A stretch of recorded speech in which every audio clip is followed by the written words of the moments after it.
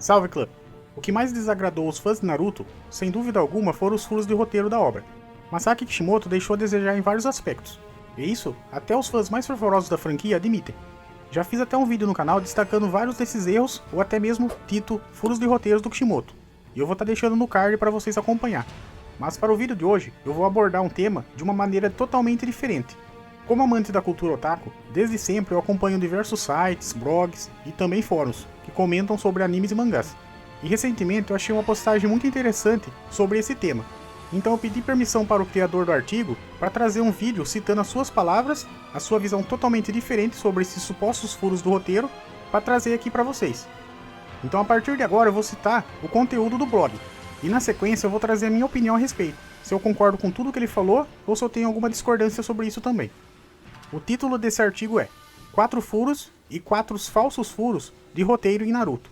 Recentemente, eu vi uma postagem em um site grande sobre o conteúdo nerd apontando alguns supostos furos de roteiro em Naruto. Porém, lendo uma postagem, percebi que a maioria ali sequer deveria ser considerada um furo de roteiro. Então eu estou aqui para fazer uma defesa também. Antes, vamos a uma breve explicação. O que é um furo de roteiro? Um furo de roteiro é qualquer inconsistência da história com relação às regras que ela mesma propõe. Um personagem de Naruto fazendo um jutsu para cuspir fogo, ou algo parecido, não é um furo de roteiro, só porque isso não acontece no mundo real. Se esse evento é possível dentro das regras do universo criado, então não há problema. Porém, quando a obra quebra as regras que ela própria estipulou, aí sim temos um furo de roteiro. E essa questão de quebrar as próprias regras pode aparecer em várias formas. Exemplo, um evento histórico que é desrespeitado, um personagem que toma uma decisão não condizente com o que foi apresentado sobre ele, contradições entre eventos, erros de continuidade, que nada mais é que quando um evento não se encaixa com o outro, e etc. Tudo isso é furo de roteiro. E para ficar bem claro, vamos aos exemplos. Nunca vimos como Hashirama morreu. A história de Naruto estabelece Hashirama como o ninja mais poderoso do seu tempo. Ele tinha os poderes mais apelões, e derrotou os shinobis mais poderosos do mundo. Então ninguém parecia capaz de derrotá-lo. Porém é dito na história que ele morreu durante a primeira grande guerra shinobi, sem nunca ser revelado como. Isso é um furo, como o site dizia? Não. Existe um tipo de furo de roteiro que acontece quando parte da história não é concluída. Porém, só é um furo mesmo se isso afetar diretamente a trama ou a subtrama da obra. Imagine, por exemplo, que o Sasuke simplesmente some da história depois dele perder a luta contra o Killer Bee. Isso seria sim um furo. Agora, saber como Hashirama morreu não é tão relevante para a jornada de Naruto. Não é nem relevante para os vilões. Então, se a gente tiver essa informação, não vai mudar nada na trama. E se a gente fosse se importar com isso, teríamos que saber tudo sobre todos os personagens. Eu chutaria que Hashirama simplesmente morreu de alguma doença. E saber o real motivo é sim curioso, e ampliaria o universo. Mas não é algo essencial. Por que ninguém chamou Yamato antes? Esse é um dos furos de roteiro que mais mostra como Naruto foi mal planejado. O maior exemplo de todos é o último da lista. Se Yamato tem a capacidade de usar sua Kekkei Genkai para suprimir o chakra da Kurama e assim manter Naruto e todos da sua volta seguros, por que ninguém o chamou antes? Esse é realmente um furo. Por quê? É um evento que levanta a incoerência, ou seja, é um evento que desafia a lógica dentro daquele universo, e nunca houve uma explicação para isso. E mesmo se dissessem que Yamato estava esses anos todos treinando, ou em alguma missão especial, não faria sentido. Afinal, o que poderia ser mais importante que controlar a criatura capaz de devastar a aldeia? Sakura continua gostando do Sasuke. Sério, tem gente que acha que isso é um furo de roteiro. O Sasuke é rude, abandonou, machucou, quase tentou matar a Sakura. Mas mesmo assim, ela continuou gostando dele. Ao ponto que eles até casaram no final da história. Isso é um furo? Não necessariamente. É muito difícil fazer afirmações com base nos sentimentos dos personagens. Ainda mais quando o sentimento é o amor. Pode ser triste e moralmente questionável, mas existem pessoas que gostam daqueles que lhe fazem mal, até certo ponto. O comportamento de Sasuke era extremamente abusivo, e se ele tivesse mantido assim, nós até poderíamos questionar a Sakura, do porquê ela ter aceitado um relacionamento tóxico desses. Mas as coisas ficaram diferentes lá pro final, e o Sasuke ao menos está tentando ser uma pessoa melhor. E se ele conseguiu ou não, só saberemos vendo Boruto, coisa que eu não quero fazer tão cedo. As confusões do exame na academia. Esse é um furo famoso, e que já foi apontado em vários fóruns. Sabemos que Naruto frequentou a academia com outros personagens que conhecemos como Sasuke e Shikamaru. Então como pode o Naruto ter falhado no exame de aprovação para Genin 3 vezes, como foi dito na obra, enquanto nenhum outro falhou? Significa que ele fez o teste antes de todo mundo? É isso? Ou todos os outros também falharam 3 vezes? Afinal, eles foram aprovados ao mesmo tempo, lá no início da obra, o que faria o Naruto não ser tão ruim quanto pintam no começo. Outro furo nesse exame é que é exigido, ao menos, que o aluno faça um clone, e foi exatamente isso que reprovou o Naruto. Ou seja, que o aluno dominasse um ninjutsu simples. Mas, como que o Rock Lee, que não usa ninjutsu, passou nesse exame então? Será que fizeram uma exceção para ele? E antes de seguir para o próximo, eu queria fazer uma observação importante. Quando eu avalio uma obra, eu não vou lá com vontade de destruí-la. Então, eu sempre avalio pensando pelo lado da defesa. Às vezes o autor realmente não percebeu e manteve um furo de roteiro. Porém, a história sozinha deu um jeito de tapá-lo. E foi para exemplificar isso que eu vou trazer o próximo. Por que Konan não destruiu o Rinnegan? A alegação de furo aqui é que Konan deveria saber o perigo que o Rinnegan de Nagato teria se caísse nas mãos erradas. Por isso ela deveria ter destruído ele quando teve chance.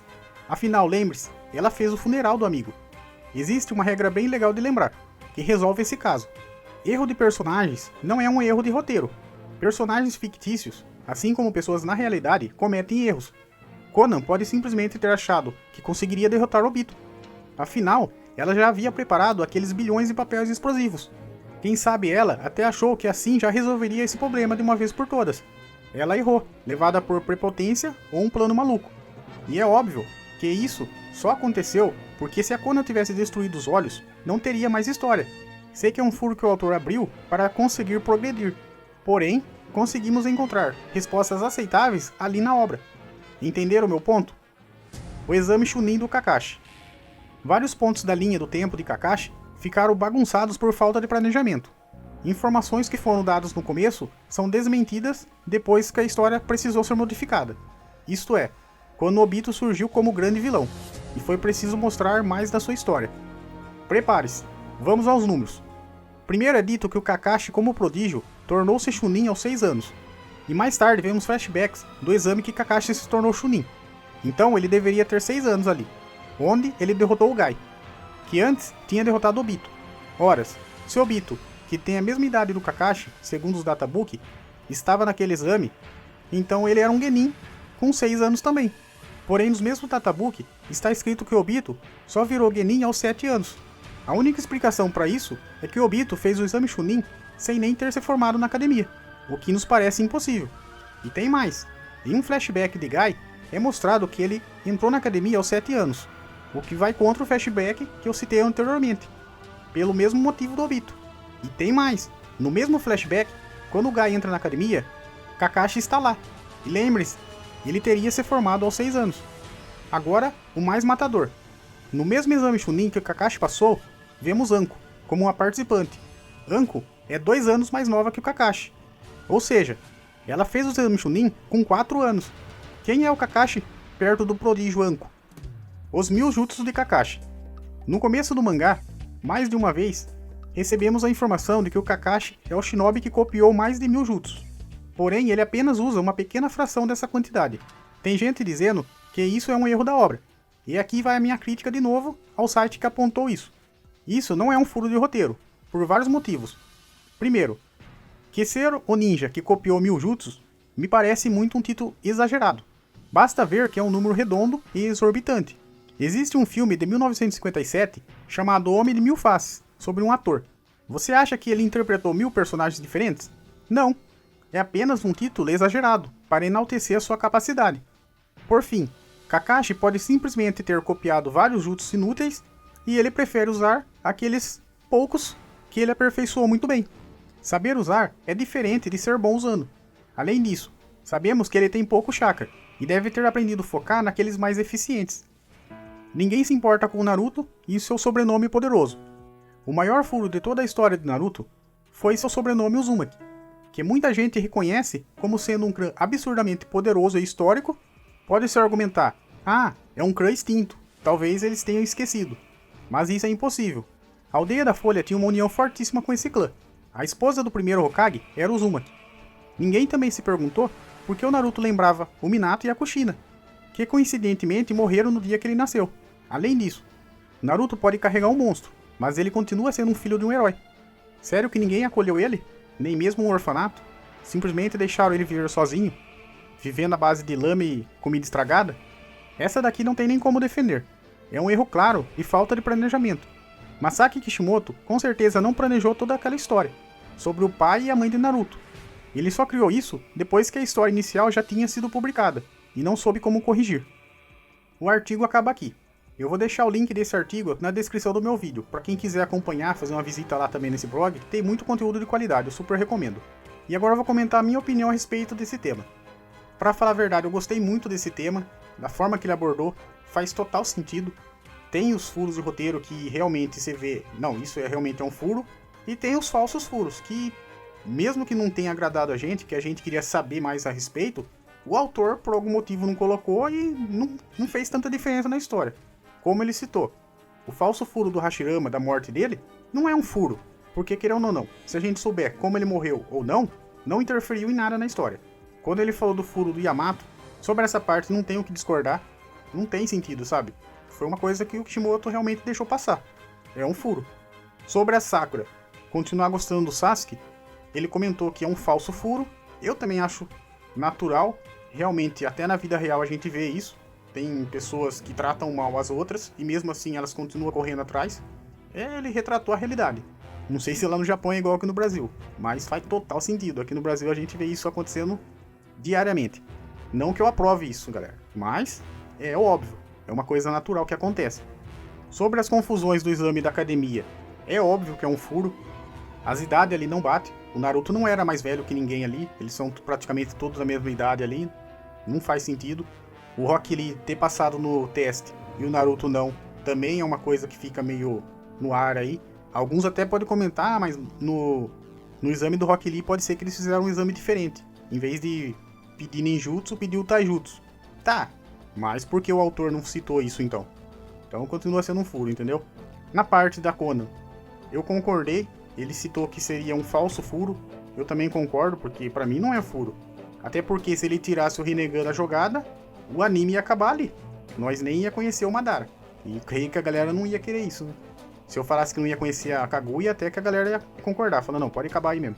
E na parte que ele falou que a Konan foi prepotente em achar que ia derrotar o Obito, eu não acho que foi prepotência dela. Até porque aquele jutsu dela mataria qualquer personagem, entre aspas, né? Pra mim, ali foi um hack. O Obito ter aquele jutsu que ninguém conhecia até o momento, né? E ele só se livrou da morte por conta disso.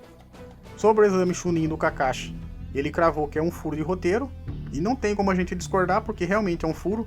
Até eu não tinha prestado tanta atenção que tinha tantas incoerências nisso, e a melhor parte é no final, ele falando da Anko, que superaria todos. Quem é Kakashi, quem é Itachi, perto da Anko, que tava fazendo o exame Chunin com 4 anos.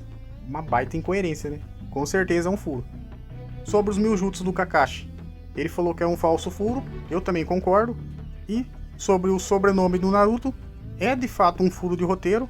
Como Kishimoto quis trabalhar a história de superação, do personagem que ia se superando, que no final todos teriam esse reconhecimento, ele meio que se perdeu nessa história, entendeu? Querendo ou não, ficou um furo. Não tem o que questionar. É muito tempo já que eu acompanho esse blog, eu vou deixar no link na descrição para quem quiser acompanhar. Tem muito conteúdo lá detalhado sobre diversos temas, diversos animes.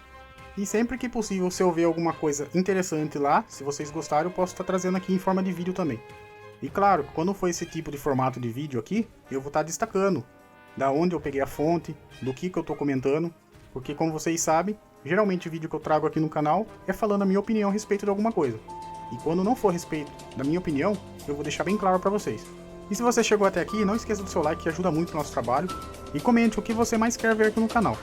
Eu vou ficando por aqui, e nos vemos no próximo vídeo.